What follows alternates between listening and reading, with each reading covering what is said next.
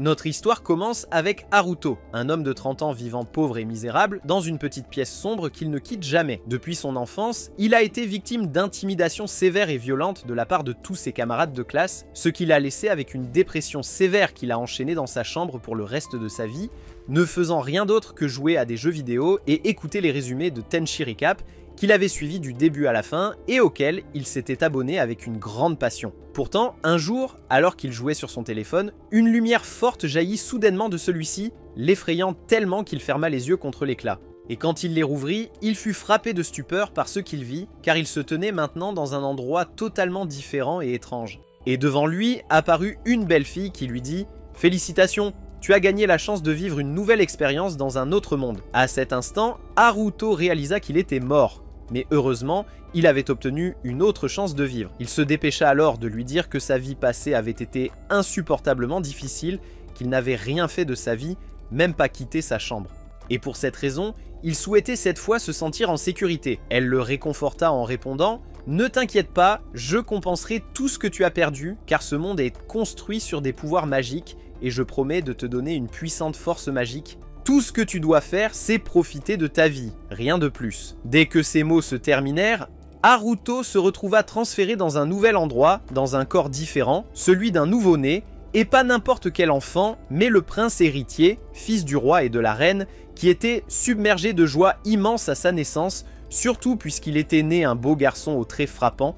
Sans hésitation, le roi souhaita compléter son bonheur et convoqua le voyant pour mesurer le pouvoir magique caché dans le corps de son fils, certain que la force de son enfant ne serait pas inférieure au niveau 40, croyant qu'il deviendrait une personne de grande renommée. Mais la surprise choquante que personne n'avait prévue était que le pouvoir de Haruto ne mesurait pas plus que niveau 2. Mon Dieu, cette fille ne lui avait-elle pas promis une force puissante? Quelle trahison était-ce? Le roi et la reine étaient stupéfaits et pensaient en eux-mêmes « C'est une grande humiliation pour la famille royale. Cela fera que le peuple se moque de nous et diminue notre statut. Nous devons agir. » Et sans pitié, ils prirent la grave décision de jeter l'enfant dans la forêt et de le déclarer mort pour que personne ne sache et que personne ne voie. À cet instant précis, la fille qui avait accordé à Haruto sa nouvelle vie l'observait de loin. Et là, elle réalisa qu'elle avait commis une terrible erreur, car elle ne lui avait pas donné un faible pouvoir magique comme il semblait, mais plutôt une force de 1002, la plus grande puissance de ce monde. Pourtant, la boule de cristal de la voyante n'avait pas réussi à lire le véritable chiffre, montrant seulement le 2 tout en cachant le 1000. Pendant ce temps, le roi exécuta son plan cruel et abandonna Haruto dans la forêt sans pitié, comme si le destin l'avait trahi pour mourir le jour même de sa naissance. Pourtant, Haruto chercha à comprendre et à maîtriser la magie en lui, et à sa surprise, il réussit, créant un cube connu sous le nom de barrière, une construction utilisée pour presque tout.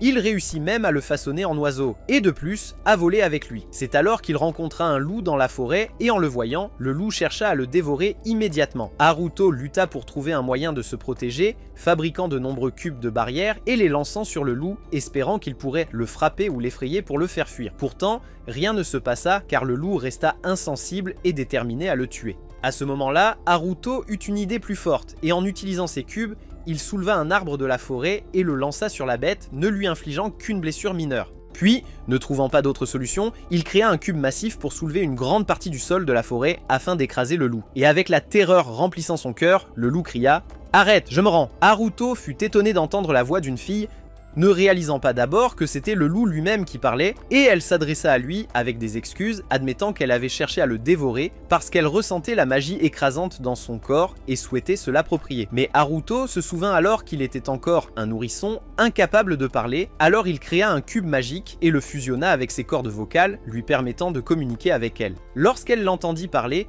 elle fut certaine qu'elle se trouvait devant quelqu'un possédant une force magique terrifiante si immense qu'elle crut qu'il pourrait être l'un des rois sombres, maître de la sorcellerie sans limite. Et aussitôt, elle le supplia de devenir son nouveau maître, jurant de le servir avec une dévotion totale. Au début, Haruto pensait qu'elle plaisantait, mais il réalisa vite qu'elle était tout à fait sérieuse, allant même jusqu'à exiger qu'il lui accorde un nom digne. Et ainsi, il répondit et la nomma Lina. Ensuite, Haruto ressentit une intense faiblesse l'envahir et faillit s'évanouir, car il n'était encore qu'un nouveau-né qui avait besoin de nourriture pour survivre, et ne sachant que faire, Lina se transforma en sa forme humaine, apparaissant comme une jeune femme d'une beauté à couper le souffle, et décida que sa première mission serait de lui trouver de la nourriture. Mais alors qu'elle s'apprêtait à partir, elle entendit des pas approcher. Sur l'ordre de Haruto, elle partit enquêter tandis qu'il restait en arrière, observant à travers ses cubes magiques. Et bientôt, elle découvrit que le nouvel arrivant était un guerrier puissant venu dans la forêt pour Haruto lui-même. Lina l'affronta, exigeant « Qui es-tu, étranger ? Et pourquoi cherches-tu à prendre Haruto ? Sachez-le, je ne le permettrai jamais. » Mais le guerrier répondit « Je suis un parent du roi et j'ai entendu ce qu'il a fait à son fils et je ne pouvais pas le supporter. Je devais intervenir car cet enfant n'a aucune culpabilité pour mourir si injustement. Et j'ai donc décidé de l'élever comme mon propre fils et de prendre soin de lui. » Ouh, Lina était profondément émue par ces mots, les larmes coulant sur son visage, et elle accepta de le laisser emmener Haruto et de le protéger à condition qu'elle les accompagne et reste proche de lui. Et le guerrier accepta sans hésitation. À partir de ce jour, Haruto a vécu avec sa nouvelle famille pendant 9 années entières. Pendant 9 longues années, Haruto a mené une vie paisible et belle avec sa nouvelle famille. Et durant cette période, nous avons appris qu'il avait aussi une sœur cadette nommée Charlotte qu'il aimait profondément. Quant à Lina, elle vivait avec eux dans la maison, assumant le rôle de servante et de gardienne. Pourtant, malgré toutes ces années, le lien de Haruto avec Charlotte n'était pas fort, car elle évitait toujours de lui parler ou de jouer près de lui, contrairement à Lina qui passait la plupart de son temps avec elle. Cela intriguait beaucoup Haruto et le laissait se demander la véritable raison de son comportement, jusqu'au jour où sa mère le réconforta et lui dit que Charlotte ne pouvait pas parler aux garçons et se sentait gênée en leur présence. Et c'est pourquoi elle gardait ses distances et ne pouvait pas interagir avec lui. À ce moment-là, Haruto commença à envisager sérieusement comment se rapprocher d'elle, et il réalisa qu'avec sa magie, il pouvait créer une autre version de lui-même, non seulement pour lui apprendre à parler, mais aussi pour se rapprocher de son cœur.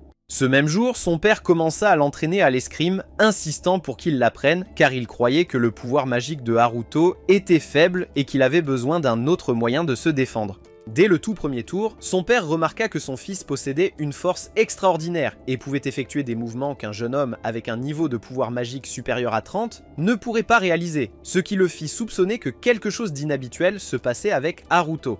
Cette nuit-là, il confia ses doutes à sa femme et lui dit que peut-être leur fils était l'un des réincarnés du roi sombre. Une pensée qui remplit les deux parents d'anxiété et les filles se demandaient comment ils devraient agir si ce soupçon s'avérait vrai. Ce qu'ils ne réalisèrent pas, c'est que Charlotte les avait entendus, bien qu'elle ne comprit pas entièrement ce qu'ils voulaient dire. Plusieurs jours passèrent sans que Haruto ne fasse quoi que ce soit de remarquable. Même son entraînement à l'épée a été reporté parce que son père est devenu trop occupé. Un soir, alors qu'il était assis sans rien faire dans sa chambre comme d'habitude, Haruto entendit des bruits forts à l'extérieur. Trop paresseux pour se lever, il ouvrit ses écrans de surveillance magique et fut horrifié de voir des soldats blessés et vaincus au sol, tandis que son père était assis dans un désespoir total au centre de tout cela. Réalisant que la situation était à la fois grave et douloureuse, il se précipita dehors pour voir ce qui se passait. Là, son père lui parla en disant « Depuis quelque temps, une série de vols et de raids a lieu dans toute la ville aux mains d'un gang très dangereux. Après de longues enquêtes, nous avons découvert leurs repères et une fois que nous l'avons appris, j'ai rassemblé les soldats et préparé un plan pour les frapper.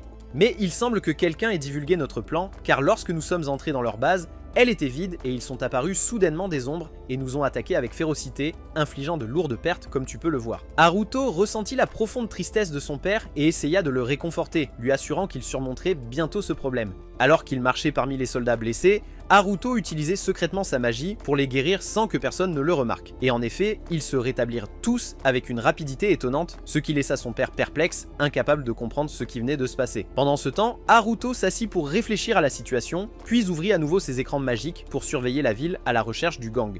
Et à sa grande surprise, il les trouva en train de célébrer leur récent succès aux côtés des gardes de la ville. Cela révéla la vérité. C'étaient les gardes eux-mêmes qui avaient divulgué le plan de son père aux criminels. La rage monta en Haruto, et il réalisa qu'il devait les punir avec une vengeance impitoyable.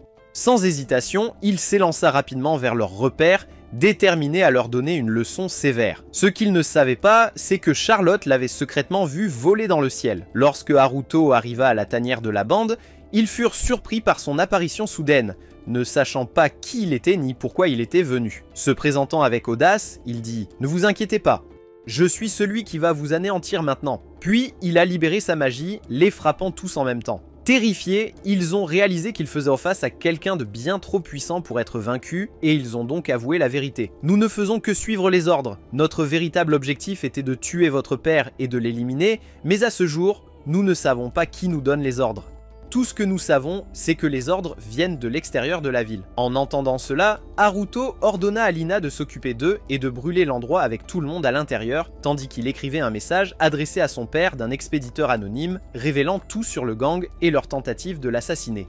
Quand son père reçut le message, la confusion l'envahit, car il n'avait aucune idée de qui était son ennemi, ni pourquoi quelqu'un était si désespéré de le détruire. Pendant ce temps, Charlotte ne pouvait pas oublier ce qu'elle avait vu la nuit précédente. Elle s'approcha de Lina et lui demanda sérieusement « Comment peut-il y avoir deux versions de mon frère dans la maison? Je les ai vus tous les deux et je l'ai même vu voler dans le ciel. Pourtant, quand je suis retourné dans sa chambre, il était assis là sans aucune énergie magique autour de lui, alors j'ai su que ce n'était pas le vrai. » À ce moment-là, Lina a réalisé que Charlotte n'était pas aussi naïve qu'elle le pensait et a décidé de lui dire la vérité. « Ton frère n'est pas un enfant ordinaire, il possède un pouvoir magique si écrasant que personne d'autre dans ce monde ne peut l'égaler, et un jour, il deviendra le plus grand souverain sur Terre. » À partir de ce moment, Charlotte commença à suivre Haruto partout, désireuse d'en apprendre davantage sur lui. Haruto lui-même remarqua son comportement et comprit la raison. Par précaution, il la lia donc à un dispositif de suivi magique qui lui permettait de surveiller ses mouvements à tout moment et de lui échapper s'il le souhaitait.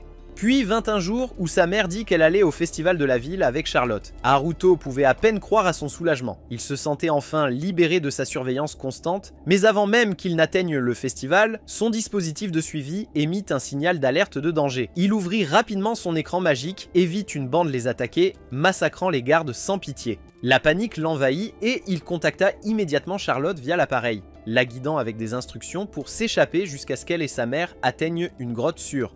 Une fois là-bas, sa mère lui demanda « Qui t'a aidé, Charlotte ?» Elle répondit « Je ne sais pas, maman. Il y avait une voix qui me guidait, mais c'est sûrement lui qui nous a sauvés. » Sa mère dit alors qu'elle sortirait pour s'assurer que la zone était sûre et essayer de trouver celui qui les avait aidés. En effet, elle sortit et utilisa la magie d'illusion pour cacher la grotte, mais le gang la retrouva à nouveau.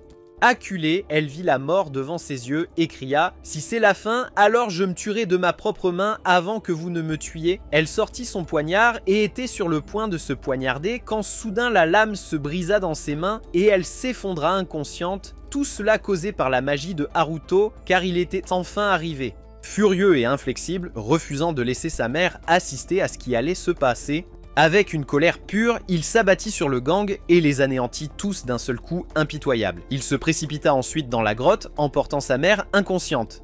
Pour rassurer Charlotte sans se dévoiler, il modifia sa voix et dit « Ta mère est en sécurité. Elle est seulement inconsciente et se réveillera bientôt. Ne t'inquiète pas, les gardes viendront te sauver d'ici. » Pourtant, Charlotte ressentit l'aura familière de sa magie et réalisa que c'était vraiment son frère. Elle courut vers lui, l'enlaça étroitement et dit « Je le savais. Tu es le héros de la justice, celui qui combat le mal avec sa magie. Je t'aime tellement, Haruto. » Haruto réalisa alors que son secret avait été découvert et qu'il n'y avait aucun moyen de le nier. Alors, il fit semblant de confirmer ses paroles, mais lui fit promettre que cela devait rester leur secret, caché de tous les autres. Après cela, il retourna rapidement au palais avant que quiconque ne puisse le soupçonner. Tandis que Charlotte et sa mère sont ensuite revenus sous la protection des gardes de la ville. Lorsque Charlotte vit son frère Haruto debout devant elle, elle se précipita et l'embrassa étroitement, et ce moment fut une grande surprise pour tout le monde car la fille l'avait toujours évité et s'était abstenue de lui parler tout au long de sa vie. Mais à cet instant, elle rejeta toutes les pensées précédentes et déclara avec détermination qu'à partir de maintenant, elle se rapprocherait de lui et l'accompagnerait toujours car elle n'avait personne d'autre. Et en effet, à partir de ce jour, la proximité avec Haruto devint extrêmement forte, passant chaque jour à jouer et plaisanter avec lui, se délectant du bonheur de sa présence, tandis que Haruto lui-même ressentait de la joie face à ce changement. Pourtant, en même temps, il se sentait troublé car il n'avait plus de temps pour lui-même ni d'intimité dans sa chambre.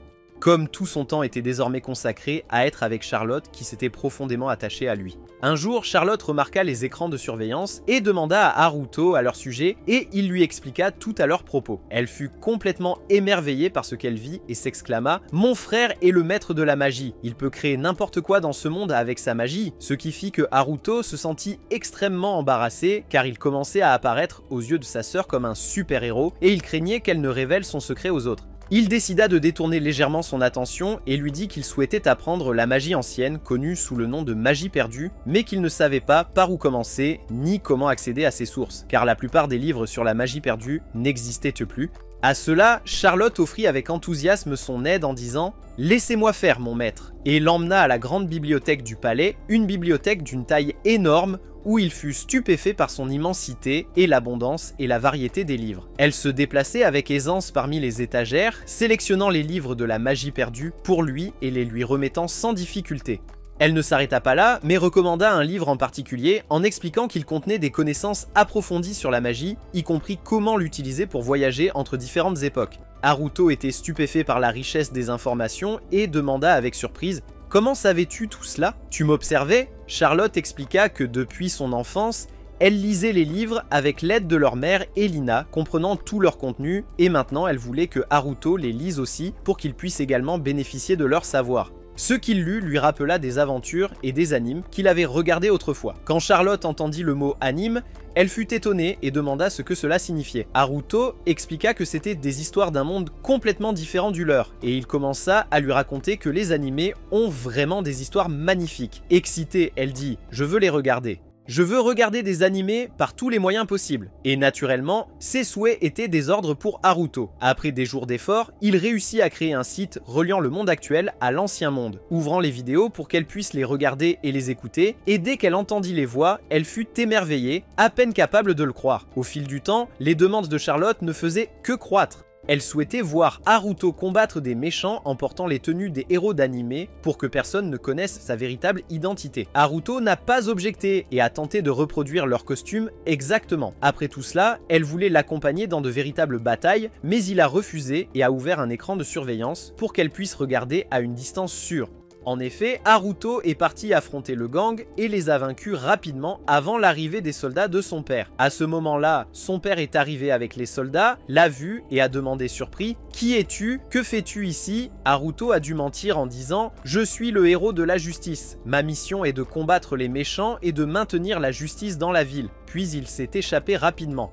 À partir de ce jour, chaque fois que Charlotte voyait Haruto combattre les méchants, son admiration pour lui grandissait et il ne pouvait malheureusement pas réprimer son émerveillement. Il obéissait à sa demande de continuer à combattre les malfaiteurs tandis qu'elle l'observait de loin, de plus en plus fier de lui. Il devint connu dans la ville sous le nom de Soldat Noir ou le Chevalier Noir et il devint inséparablement associé au titre de héros de la justice. Un jour, Haruto a finalement terminé de créer son deuxième moi, croyant qu'il pourrait s'y fier plus tard, mais il a découvert que cette version était extrêmement paresseuse et lui a dit « Salut mec, je suis fatigué » avant d'aller dormir, ce qui l'a beaucoup choqué. Alors qu'il était assis, son père est arrivé en demandant une réunion avec lui et sa sœur.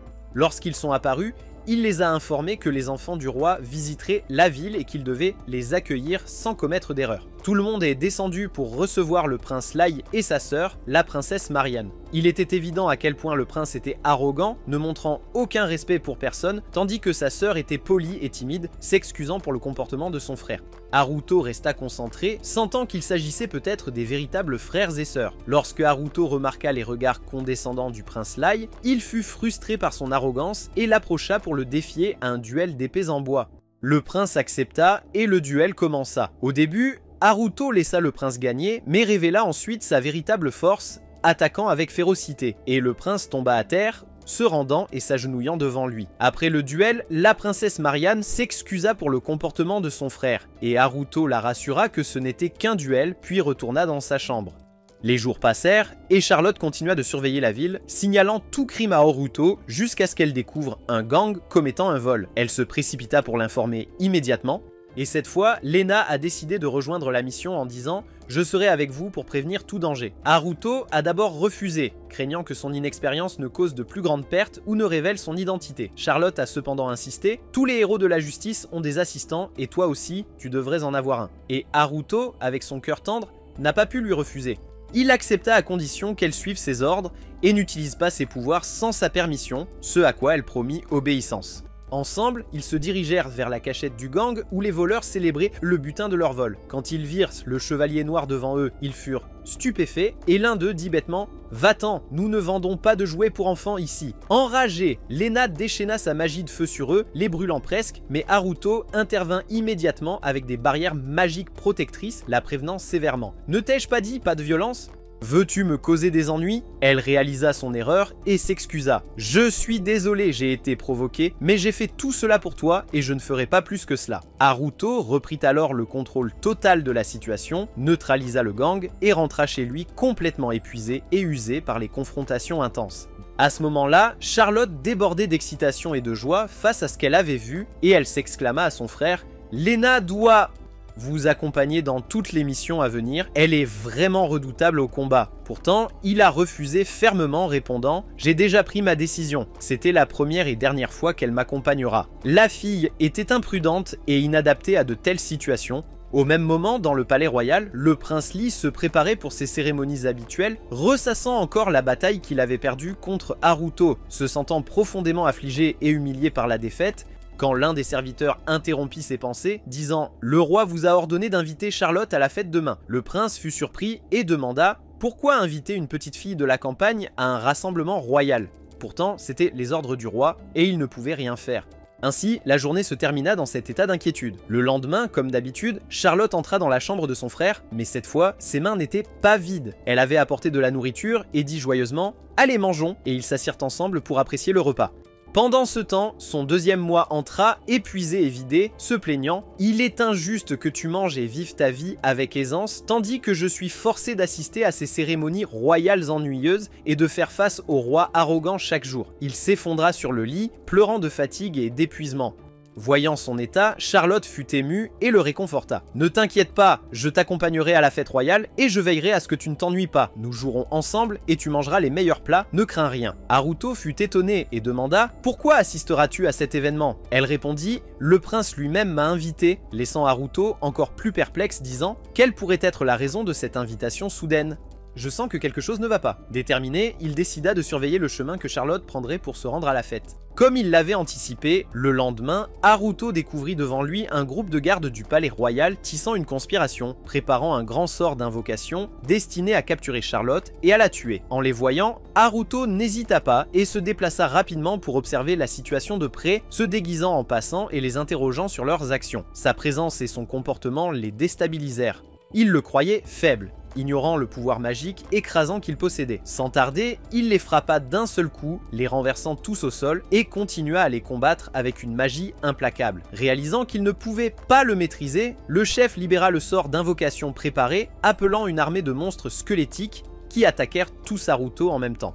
Au départ incertain de la manière de réagir, il riposta, les tuant, mais leur nombre était écrasant. Soudain, son regard tomba sur le joyau magique qui les contrôlait. Il s'en empara et prit le contrôle, ordonnant aux squelettes d'attaquer les sorciers eux-mêmes. Quand l'un d'eux tenta de résister, Haruto le domina également, et finalement, tous furent jetés dans une fosse commune, avec Haruto menaçant d'anéantissement s'il ne confessait pas la vérité. Terrifié, le chef avoua « Nous ne faisions que suivre les ordres. L'objectif était d'éliminer Charlotte, et toutes les tentatives d'assassinat précédentes sur la famille visaient à la tuer. Celle qui nous a assigné cette mission est la reine. » Haruto fut frappé par la gravité de la révélation. Quelle affaire dangereuse! Pourquoi ferait-elle tout cela? Le chef expliqua « La reine souhaite éliminer une jeune fille comme elle, car elle possède une énergie magique extraordinairement puissante. Et quand elle grandira, elle surpassera la force de la reine, menaçant sa position et son héritage. Ainsi, elle cherche à l'éliminer tant qu'elle est encore jeune. » Une profonde inquiétude pour sa sœur envahit Haruto, le poussant à partir et à rentrer chez lui, décidant d'assister personnellement à la fête avec Charlotte au lieu de son double, s'efforçant d'éviter une confrontation avec Lee, qui nourrissait encore du ressentiment de leur précédent duel. En arrivant enfin au royaume, ils trouvèrent le père de Haruto les attendant. Dès qu'ils descendirent de la calèche, Charlotte courut à travers le domaine de manière effrénée, tandis que Haruto s'approcha de son père et posa une question étrange. « Que feriez-vous si vous découvriez que la reine a l'intention de viser Charlotte et souhaite la tuer ?» Son père fut surpris. C'est le même message envoyé au Chevalier Noir hier. Il semble que Charlotte soit vraiment en danger. Haruto résolut « Je suis prêt à sacrifier ma vie pour la protéger, elle ou tout membre de ma famille. Soyez assurés, je ne permettrai à aucun mal de lui arriver. » Dans son esprit, il savait aussi qu'il devait enfin chercher à se venger de sa propre mère, qui l'avait abandonné dans la forêt il y a 10 ans.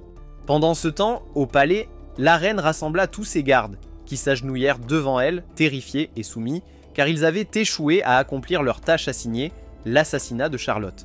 Furieuse, elle leur lança la boisson qu'elle tenait en s'exclamant « Je vous ai donné plus qu'assez de chance pour tuer Charlotte, et pourtant vous échouez à une mission si simple. » Un des gardes répondit « Tout cela, malheureusement, est dû au Chevalier Noir. Chaque fois que nous essayons de la tuer, il apparaît et détruit nos plans. Son pouvoir est immense, et nous ne pouvons pas nous opposer à lui. La reine dégaina alors la grande épée avec laquelle elle avait autrefois combattu le roi démon, déclarant « Il semble que je vais devoir vaincre le Chevalier Noir moi-même ». Avant qu'elle ne puisse continuer, le Chevalier Noir, en chair et en os devant elle, apparut. Les gardes se figèrent en admiration, mais d'un seul geste, et grâce à sa magie, il les rendit inconscients, laissant la reine affronter seule le Chevalier Noir. Elle ne ressentait aucune peur, ni ne le sous-estimait, croyant que personne ne pouvait la surpasser. Elle déchaîna les 3 sorts les plus puissants du royaume sur... Il ne les a pas esquivés, mais les a absorbés, ne subissant qu'une blessure mineure. La composure de la reine commença à vaciller. Elle dégaina son épée pour le véritable combat. Alors qu'ils se préparaient tous les deux, ils s'attaquèrent de toutes leurs forces, frappant à droite et à gauche. La reine contrôlait initialement le combat, dispersant habilement ses attaques de toutes parts. Pourtant, à ce moment crucial, Haruto retrouva sa conscience et sa force, contre-attaquant avec férocité, faisant tomber l'épée de sa main. La reine, atteignant sa limite, tenta de résister et de frapper à nouveau, mais dans un mouvement inattendu, Haruto créa un grand collier de contention autour d'elle, l'immobilisant. Elle cria de toutes ses forces, se débattant en vain, totalement impuissante. Haruto s'avança alors vers elle avec fierté et autorité, déclarant « Est-ce là votre limite, votre majesté ? Je crois que cela vous a montré l'étendue de vos limites, et que vous n'êtes pas capable d'être la reine absolue comme vous le prétendez. Sachez que si vous tentez de défaire le sort sur ces chaînes, elles exploseront instantanément et vous mourrez. La reine vécut le pire moment de sa vie, mais Haruto continua. Ne vous inquiétez pas, je n'ai pas l'intention de vous tuer maintenant. Mais attention, ce collier restera autour de votre cou à vie. Si vous tentez de me nuire ou de trahir ma confiance, je saurai comment vous punir, peut-être même en mettant fin à votre vie, et alors je me reposerai. J'ai aussi entendu dire que vous aviez l'intention de tuer l'enfant, Charlotte. Si vous essayez de lui faire du mal, sachez que ce sera votre dernier moment, comprenez-vous? Sur ce, il la laissa derrière lui et sortit du palais avec la plus grande fierté et dignité. Quel Haruto étonnant, quelle puissance formidable et quelle présence imposante. La reine réalisa que sa force était insuffisante pour le confronter, et avec cette puissance, il pourrait conquérir tout le royaume. Le temps passa et 5 années s'écoulèrent depuis ces événements. Les enfants grandirent et pendant ce temps, nous voyons Haruto avec Charlotte et Lina jouer dehors dans la neige, débordant de joie et de bonheur. Et nous réalisons qu'Haruto avait maintenant atteint l'âge de 15 ans. Il se souvient que la dernière fois qu'il avait affronté la reine s'était passé sans problème. Aucune attaque n'avait eu lieu contre Charlotte et rien d'inhabituel ne s'était produit depuis.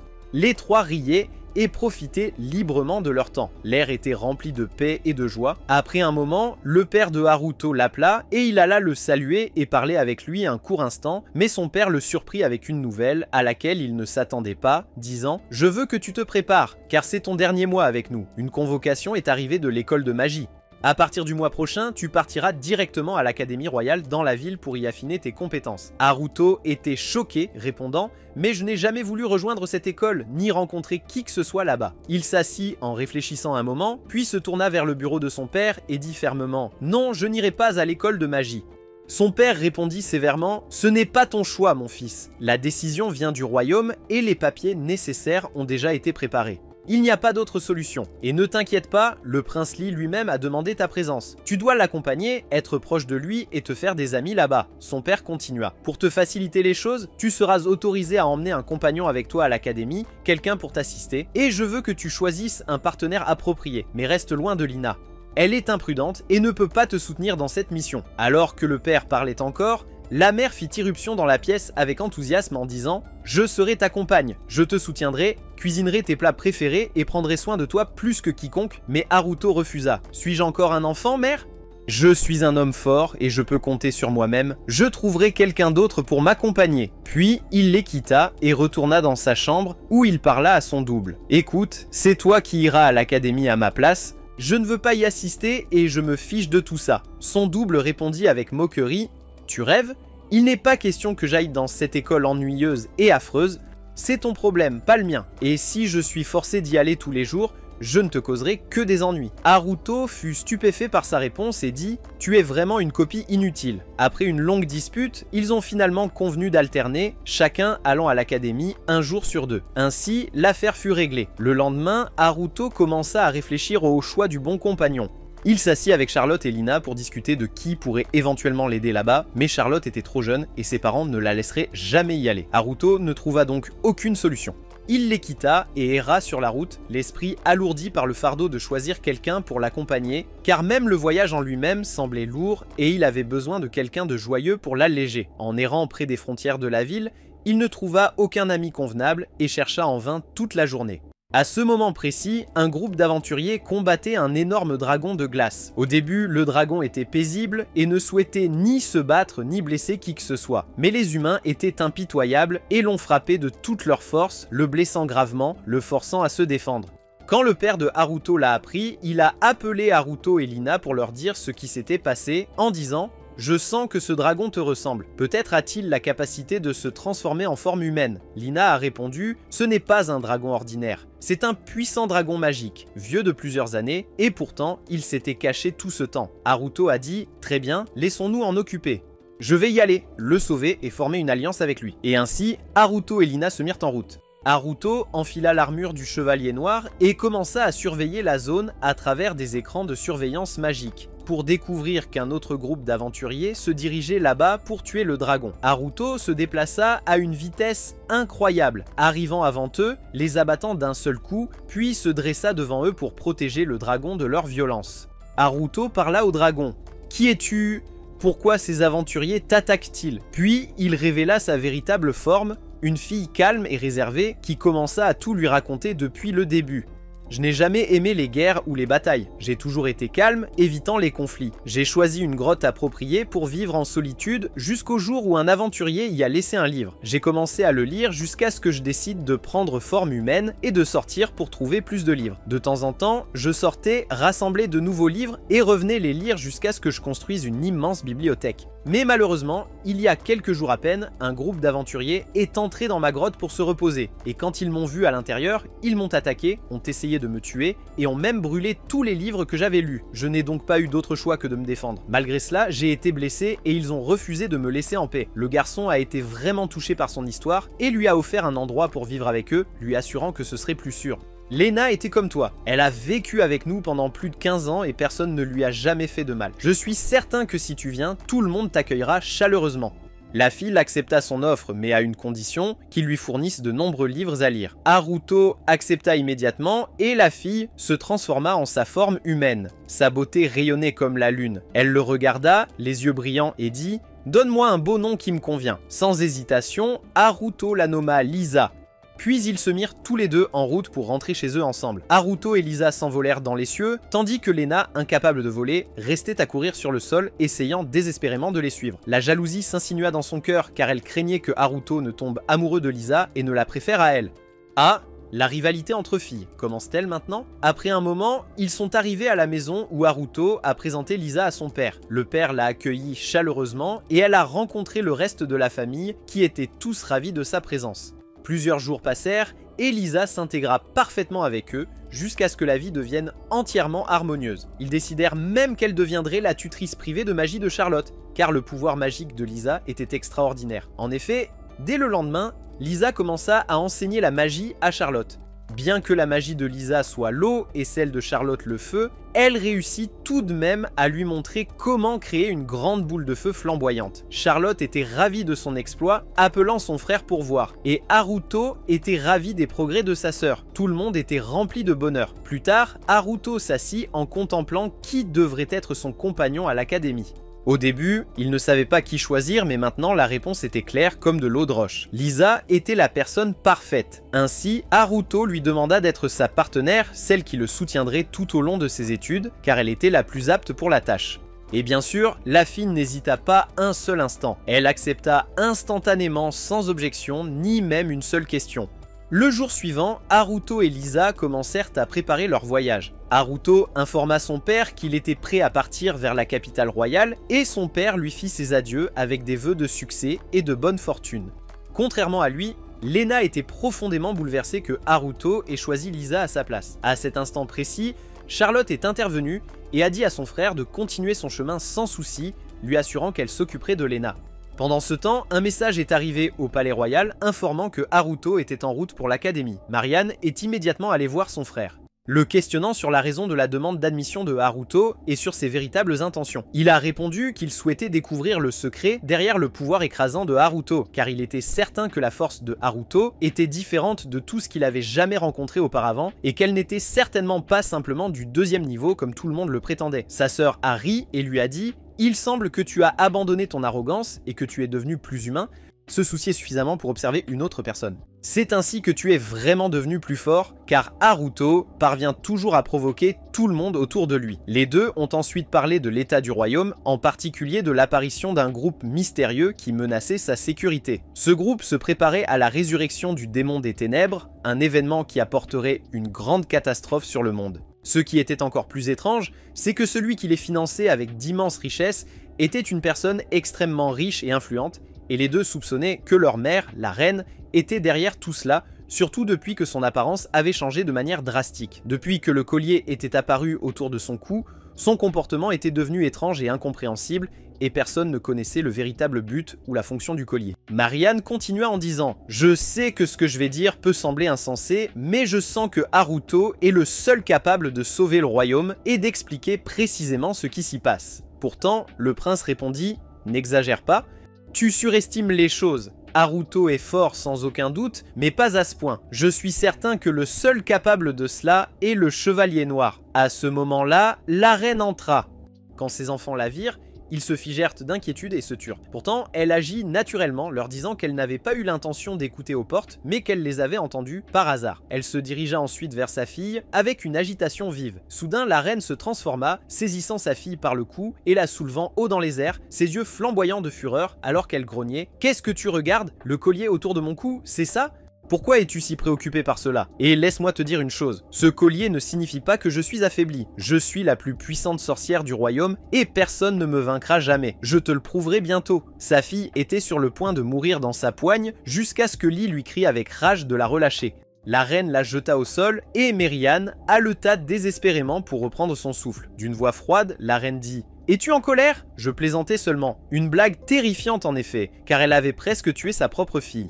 Puis, elle se tourna vers Lee avec fureur en disant « J'ai entendu parler d'un garçon nommé Haruto, il semble très fort, je veux que tu te rapproches de lui, deviennes son ami et découvre toutes les informations possibles. » Ainsi, le soupçon grandit dans le cœur de la reine que Haruto pourrait être le chevalier noir, et une telle pensée était un sombre présage. Le jour suivant, Haruto fut aperçu chez lui dans la forêt lorsque Charlotte s'approcha et demanda « Pourquoi es-tu ici et ne voyages-tu pas vers la capitale ?» Il la rassura en disant « Ne t'inquiète pas, pour moi voyager ne prend que quelques secondes. J'ai créé un portail magique relié à cette maison et je peux revenir en quelques instants. » Il salua sa sœur et tout le monde, puis avec Lisa, passa à travers le portail. En un instant, ils se retrouvèrent devant les portes de la capitale, laissant le portail caché au fond de la forêt pour que personne ne puisse découvrir son secret. À ce moment-là, Haruto entendit le bruit des roues d'une calèche se précipitant à grande vitesse. Lorsqu'il regarda par-dessus la colline, il vit un taureau massif poursuivant une calèche remplie de gens. Sans hésitation, il se transforma en chevalier noir pour les aider. Pendant ce temps, une jeune fille à l'intérieur de la calèche tentait de protéger ses compagnons, même au prix de sa vie. Mais le taureau était bien plus fort qu'elle. Il l'a renversé, et alors qu'il s'apprêtait à l'écraser, le chevalier noir s'est dressé devant lui avec colère et l'a sauvé. D'un seul coup puissant, il a fait s'effondrer la bête, inconsciente. La fille remercia Haruto de l'avoir sauvée, elle et tous ceux qui étaient avec elle. Quand Haruto remarqua qu'elle souffrait, il utilisa la magie de guérison pour soigner toutes ses blessures. La fille réalisa alors qu'elle se tenait devant un pouvoir au-delà de la mesure ordinaire, une magie extraordinaire et unique. Le temps passa et Haruto partit, mais Lisa dit « Je sens que cette fille est étrange, pas normale, l'énergie que j'ai ressentie d'elle était différente, quelque chose en elle est inhabituel. » Haruto n'y prêta pas attention, confiant qu'il ne la rencontrerait plus. Plus tard, Haruto atteignit la capitale, entra dans la ville à l'académie et on lui donna une chambre spacieuse et magnifique. Pourtant, pour lui, cela ne ressemblait à rien d'autre qu'à une prison, car il ne souhaitait pas y rester et aspirait à rentrer chez lui. Il a terminé toutes les procédures d'inscription, sombre et découragé, puis est retourné dans sa maison forestière. Quand sa sœur l'a vu, elle a demandé joyeusement « Alors, comment s'est passée ta première journée ?» Haruto a raconté tout ce qui s'était passé et elle lui a dit « Je veux venir avec toi à la capitale, je veux m'amuser un peu, je suis fatigué d'être ici. » S'il te plaît, emmène-moi avec toi. Haruto accepta. Dans la capitale, Charlotte assigna à Lisa et Lina de rester ensemble pendant qu'elle et Haruto sortaient explorer la ville. Ils visitèrent tous les monuments et profitèrent de leur temps ensemble. En marchant, Charlotte a accidentellement heurté une fille qui s'est avérée être la même que Haruto avait sauvée plus tôt ce matin-là. Pourtant, elle ne l'a pas reconnu car il portait l'armure du chevalier noir. Elle est devenue méfiante et a demandé « Nous sommes-nous déjà rencontrés? Votre aura magique m'est familière ?» Haruto a nié, répondant « Non, c'est la première fois que je vous vois. » La fille s'est excusée et est partie. Charlotte dit alors « Je sens que cette fille est étrange et sa magie est différente. » C'était exactement ce que Lisa avait dit à propos de la même fille. Le doute commença à s'installer dans l'esprit de Haruto et les choses semblaient loin d'être prometteuses. Le lendemain, le premier jour officiel de Haruto à l'académie commença par des examens pour confirmer son admission et déterminer s'il serait accepté formellement. Haruto a décidé d'échouer à tous les tests délibérément pour être rejeté et retourner en ville. Il est entré dans la salle d'examen tendu et craintif de réussir. Lorsque l'examen a commencé, l'un des instructeurs a remis à Haruto son papier et il a remarqué à quel point les questions étaient faciles. Il aurait pu y répondre sans effort, mais il a délibérément écrit des réponses aléatoires et incorrectes pour échouer. Pourtant, lorsqu'il est arrivé à la section sur la magie ancienne, il s'est souvenu de son amour pour l'étude de la magie et de sa passion pour la lecture à ce sujet, alors il a écrit les bonnes réponses comme il les avait mémorisées. Haruto était sur le point de les modifier en mauvaises réponses, mais avant qu'il ne puisse le faire, l'instructeur a dit « Votre temps est écoulé » et a arraché le papier de ses mains. Il lui a ensuite dit « Il est maintenant temps de mesurer votre niveau magique ». Haruto a répondu « Mon niveau est seulement 2, ça ne vaut même pas la peine d'être mesuré ». Mais l'instructeur l'a rassuré « Ne vous inquiétez pas, c'est juste une routine ». Tout le monde doit être mesuré. Immédiatement, ils l'ont emmené au bureau où l'enseignante responsable de lui l'attendait. En entendant sa voix alors qu'elle l'accueillait, Haruto n'avait pas encore vu son visage, mais quand il a baissé les yeux, il l'a trouvée juste devant lui. Dans ses pensées, il se demanda « Comment est-elle enseignante ?» Elle a l'air d'être tombée de la poche de quelqu'un. Personne ne la ramasse ou ne la remarque. Mais la professeure avait le pouvoir de lire dans les pensées et savait exactement ce qu'il pensait. Furieuse, elle l'a confronté. « Si tu penses réussir mon test facilement, tu rêves. Je suis certaine que nous t'expulserons de l'académie dès que je lirai tes réponses. » Elle pensait l'intimider, mais elle ignorait que c'était précisément son objectif depuis le début. Pourtant, lorsqu'elle lut les réponses de Haruto, elle fut complètement choquée. Elle lui dit « Viens maintenant, nous devons mesurer ton pouvoir magique. » Lorsque Haruto posa sa main sur le cristal, l'inattendu se produisit sous les yeux de tous. Une lumière aveuglante jaillit de l'intérieur.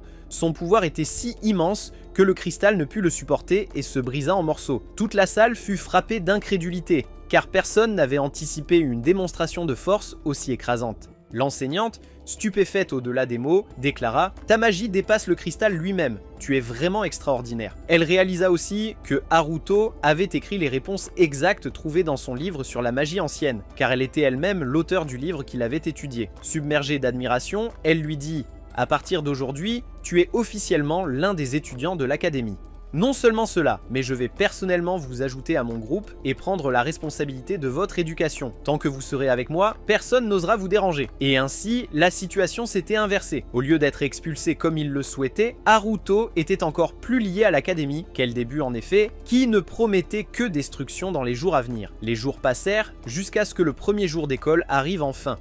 Ce jour-là, c'était le double de Haruto qui assisterait à sa place. Pourtant, le garçon ne ressentait rien d'autre qu'un profond ennui et une lourde dépression. Il ne voulait y aller sous aucun prétexte. Comme Charlotte savait qu'il ne possédait aucun pouvoir magique, elle lui donna un pistolet pour qu'il puisse se défendre si quelqu'un essayait de lui faire du mal. Elle essaya aussi de l'encourager et de le réconforter, lui assurant que la journée passerait vite et qu'il ne la sentirait presque pas.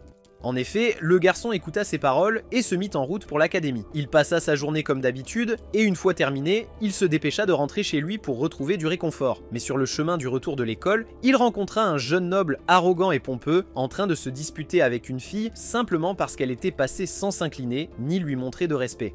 Il lui cria « Agenouille-toi, fille. Dorénavant, chaque fois que tu me verras, tu t'agenouilleras ou je ne te pardonnerai jamais. » Ce jeune homme, comme nous l'apprenons, s'appelait Schneidel, directeur de l'académie magique. Arrogant jusqu'à la moelle, il traitait tout le monde autour de lui comme de simples serviteurs. Quand il vit le double de Haruto ne pas s'incliner non plus, il le confronta immédiatement. Le double de Haruto essaya de mentir en disant « Je suis fatigué mec, donc je n'ai pas remarqué », mais son mauvais jeu d'acteur était évident.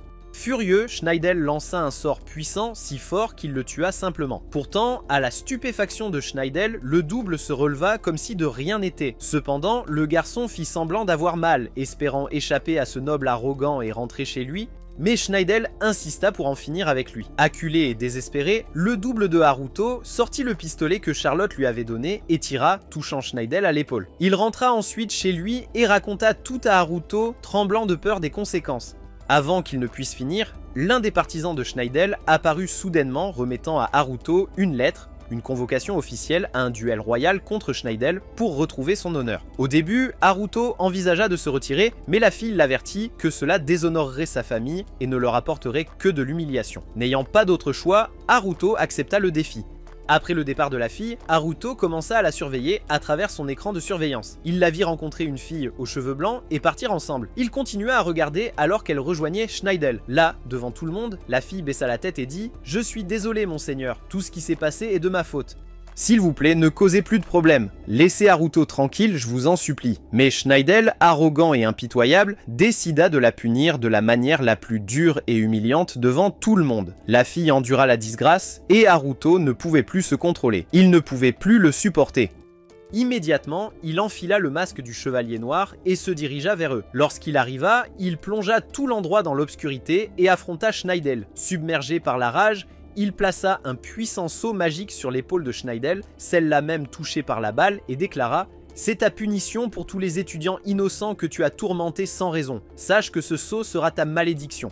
Cela te tourmentera pour le reste de ta vie. Plus tu essaieras de l'enlever, plus la douleur deviendra grande et elle ne te quittera jamais. Voyons comment tu harcèleras les autres après aujourd'hui. » Puis il sauva la fille, laissa Schneidel hurler de douleur et disparut dans la nuit. Schneidel, consumé par la douleur et l'humiliation, jura de se venger du chevalier noir, quel qu'en soit le prix. Ainsi, la journée prit fin. Le lendemain matin, quand Haruto est allé à l'académie, il a trouvé tous les professeurs et étudiants l'attendant. Ils étaient stupéfaits. Il était le seul à s'être jamais opposé à Schneidel et à l'avoir vaincu d'un seul coup. À chaque pas qu'il faisait, des murmures le suivaient. La pression l'accablait et il a rapidement essayé d'échapper à leurs regards. Mais le destin était cruel. Il a couru droit sur son professeur Thalia. En souriant, elle a dit « Au fait, tu étais magnifique hier. As-tu choisi la spécialisation que tu souhaites étudier ?» Haruto a admis qu'il ne savait pas encore quelle spécialisation existait au sein de l'académie. Alors Thalia a expliqué « Écoute bien garçon, l'académie est divisée en deux divisions. La première est la division des arts martiaux. Elle se concentre sur la force physique, l'entraînement au combat et le duel.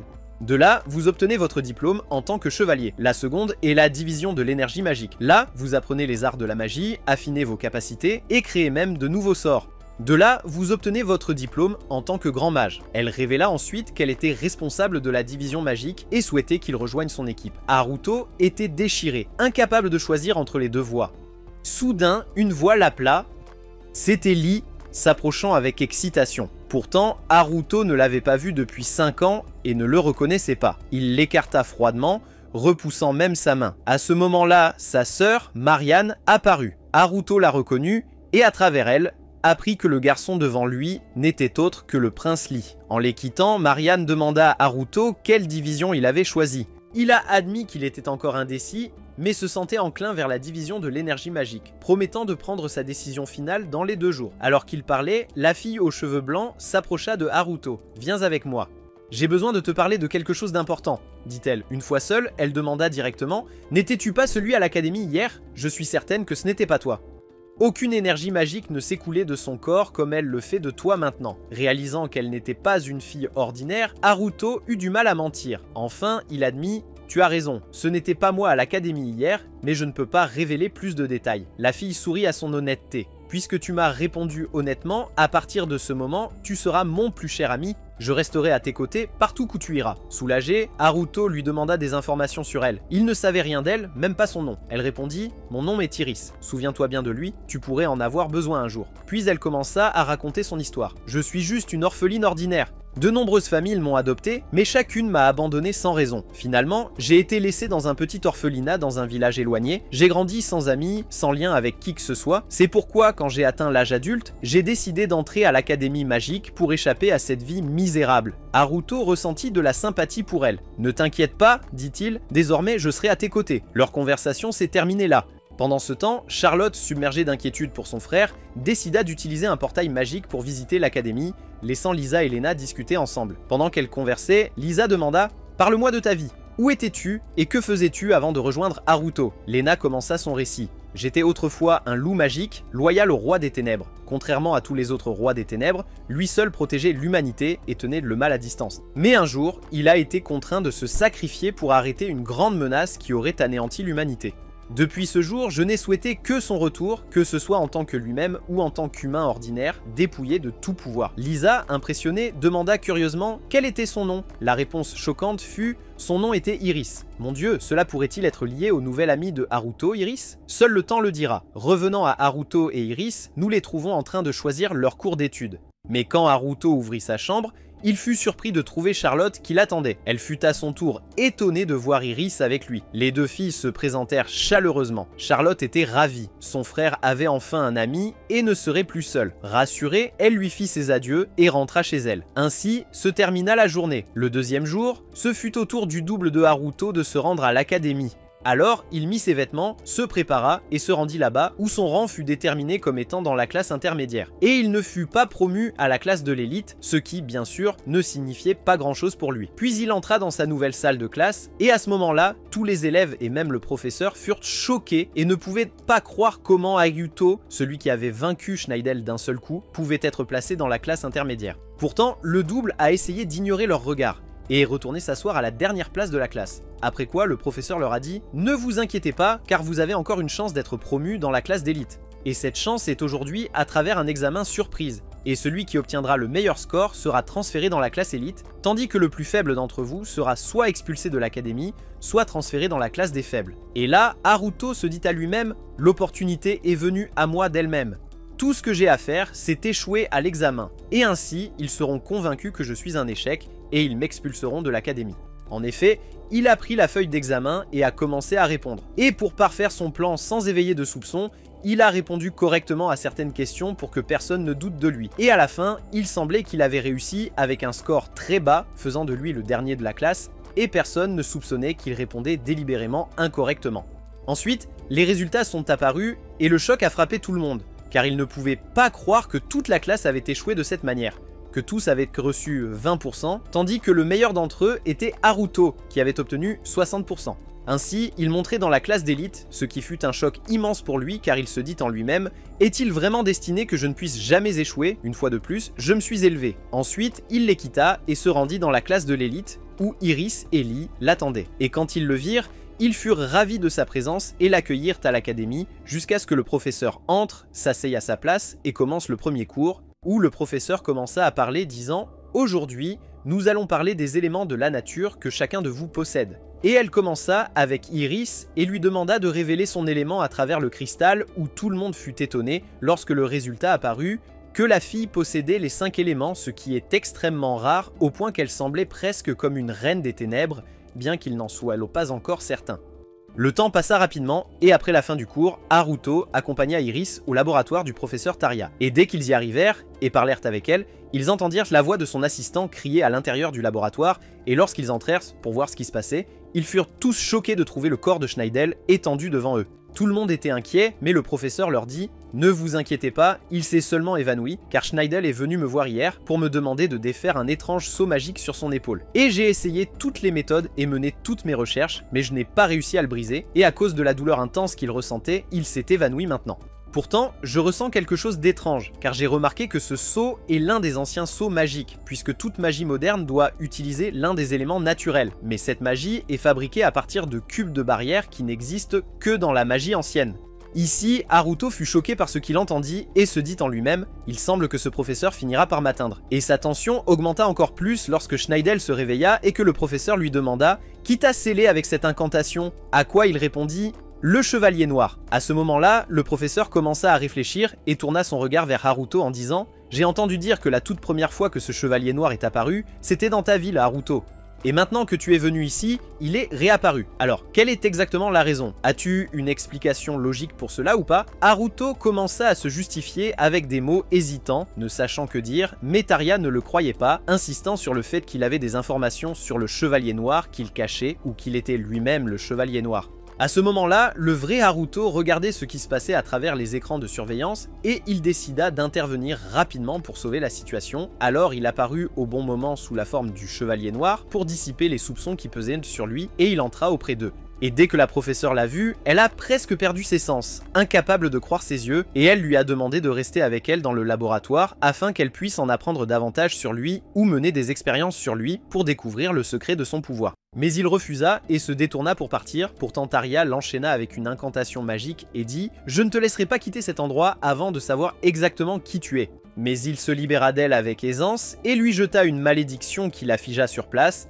l'empêchant de bouger, et il lui dit « C'est ta punition, vieille femme, pour ce que tu as fait. Et la dernière chose que je dirai, c'est que je ne connais pas ce garçon inutile, ni n'ai de relation avec lui, en faisant référence à son double Haruto. » Ainsi, il prouva à tout le monde qu'il n'avait aucun lien avec le Chevalier Noir, puis partit. Et après son départ, l'incantation sur la professeure se dissipa, alors elle détourna son attention du Chevalier Noir et décida de continuer sa vie sans lui.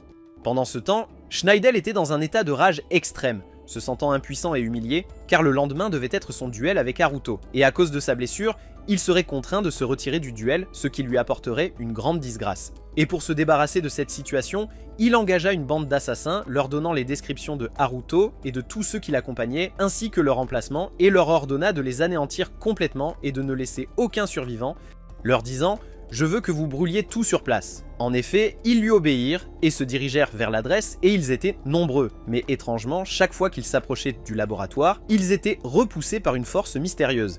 Oui, c'était la barrière qu'Haruto avait créée pour les protéger. Soudain, une porte magique apparut devant eux, et quand l'un d'eux osa l'ouvrir, la porte l'attira, et il disparut, sans laisser de traces, terrifiant les autres. Et ils continuèrent à frapper la porte plusieurs fois, mais elle absorba toute leur force sans aucun effet. Puis soudain, des dizaines de portes apparurent autour d'eux dans toutes les directions, et chaque porte attira un membre du gang et disparut jusqu'à ce que la grande surprise se produise. Car des portes commencèrent à émerger de multiples doubles du Chevalier Noir. Et parmi eux apparut Haruto lui-même, qui saisit le chef de la bande et le frappa violemment jusqu'à ce qu'il révèle qui leur avait donné cette mission. Puis il les emmena tous chez Schneidel, et dès que Schneidel le vit, il fut saisi de terreur et nia connaître la bande ou les avoir jamais vus auparavant. Pourtant, il ne savait pas que Haruto l'observait depuis longtemps et avait enregistré tout ce qu'il avait dit. Schneidel réalisa que sa fin était venue, alors il dit « Puisque c'est la fin, je vais te montrer mon véritable pouvoir ». Et là, il s'injecta une substance étrange qui le transforma en une bête sauvage monstrueuse que personne n'osait approcher. Et Haruto était confus, ne sachant pas s'il devait le sauver ou le tuer. Mais lorsque la bête a essayé de le saisir, Haruto a utilisé la magie des barrières et lui a coupé la main.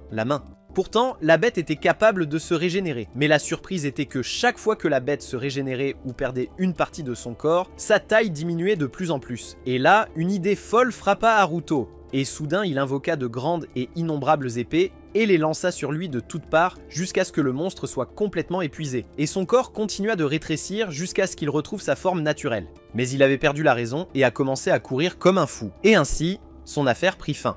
Ainsi, Haruto s'est finalement débarrassé du danger qui le menaçait, lui et ses compagnons. Puis, il est allé les voir et les a trouvés sains et saufs, et a trouvé son double encore endormi. Alors il s'est assis avec lui et a parlé un peu avec lui, et ils se sont souvenus de leurs vies antérieures et ont convenu que malgré tout ce qu'ils avaient enduré dans cette vie, elle était bien meilleure que leur vie précédente qui n'avait aucune valeur. Et il fut rempli de bonheur par ce qu'il avait accompli, et la journée se termina ainsi. Le lendemain, nous avons vu Charlotte rassembler ses compagnons dans la forêt comme elle le faisait toujours, et elle leur a dit « Nous devons intensifier notre surveillance sur Haruto afin de le protéger de tout danger qui pourrait le menacer, car nous resterons à ses côtés et ne l'abandonnerons jamais. » Et à ce moment-là, Haruto les regardait, riant de l'innocence de sa sœur et de son amour pour lui, et il était certain que pour sa sœur, il pouvait faire n'importe quoi, même se sacrifier simplement pour la voir en sécurité et heureuse. Et ainsi, l'anime est arrivé à sa fin. Alors n'oubliez pas de vous abonner et de liker, et adieu. Pourtant, Taria l'a lié avec une incantation magique et a dit « Je ne te laisserai pas quitter cet endroit avant de savoir exactement qui tu es ». Mais il s'est libéré d'elle avec aisance et lui a jeté une malédiction qui l'a figée sur place pour qu'elle ne puisse plus bouger.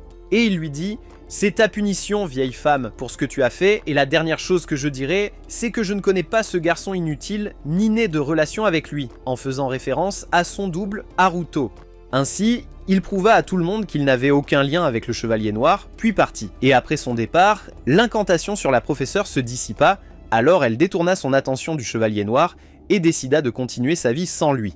Pendant ce temps, Schneidel était dans un état de rage extrême, se sentant impuissant et humilié, car le lendemain devait être son duel avec Haruto. Et à cause de sa blessure, il serait contraint de se retirer du duel, ce qui lui apporterait une grande disgrâce. Et pour se débarrasser de cette situation, il engagea une bande d'assassins, leur donnant les descriptions de Haruto et de tous ceux qui l'accompagnaient, ainsi que leur emplacement, et leur ordonna de les anéantir complètement et de ne laisser personne en vie en leur disant « Je veux que vous brûliez tout sur place ». En effet, ils lui obéirent et se dirigèrent vers l'adresse, et ils étaient nombreux. Pourtant, étrangement, chaque fois qu'ils s'approchèrent du laboratoire, ils étaient repoussés par une force mystérieuse. Oui, c'était la barrière qu'Haruto avait créée pour les protéger. Soudain, une porte magique apparut devant eux, et quand l'un d'eux osa l'ouvrir, la porte l'attira, et il disparut sans laisser de traces, terrifiant les autres. Et ils continuèrent à frapper la porte plusieurs fois, mais elle absorbait toute leur force sans aucun effet.